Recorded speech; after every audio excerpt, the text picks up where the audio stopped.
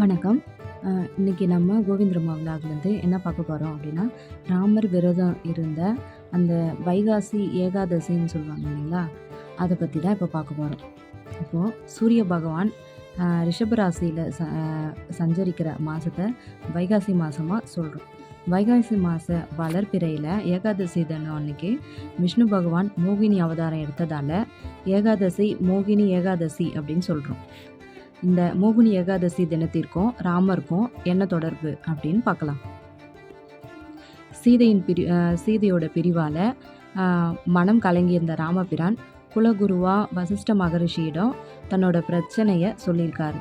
அதை கேட்ட வசிஷ்ட முனிவரும் ராமனிடம் வைகாசி மாதம் சுக்லபட்சத்தில் மோகினி ஏகாதசி தினத்தன்று இறைவனை விரதம் இருந்து வழிபட்டால் துன்பங்களும் துயரங்களும் நீங்கும்னு சொல்லியிருக்காரு.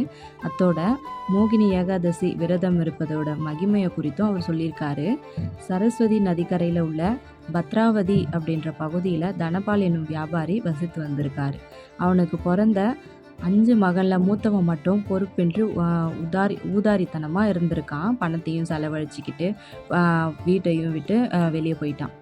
அதனால் மிகுந்த மன வருத்தத்தோட அவன் நகரை விட்டு வெளியேறி காட்டில் வசித்து வந்திருக்கான். அந்த காட்டில் இருந்த முனிவர் ஒருவர் ஆசிரமத்தை கண்ட வியாபாரியின் மகனை முனிவரை சந்தித்து தனக்கு நல்ல வழி காட்டுங்க அப்படின்னு சொல்லியிருக்காங்க. அதை கேட்ட முனிவரும் வைகாசி மாதம் சுக்லபட்சத்தில் வரும் மோகினி ஏகாதசி தினம் அன்னைக்கு பகவான் விஷ்ணுவை வணங்கினா உனக்கு நல்ல வழி கிடைக்கும் அப்படின்னு சொல்லியிருக்காரு.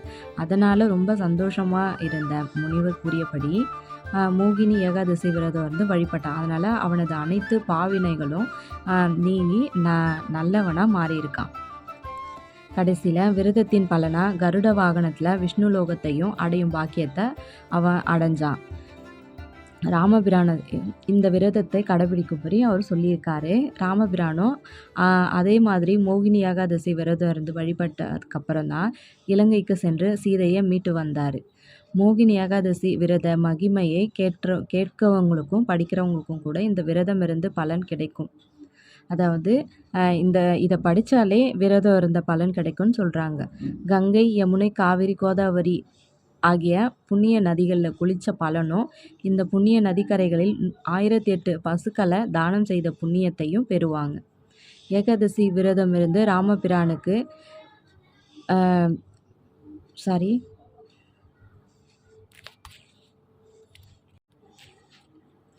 ஏகாதசி விரதம் இருந்து நீங்கள் நினச்ச காரியத்தை உடனே நிறைவேற்றிக்கோங்க. நன்றி.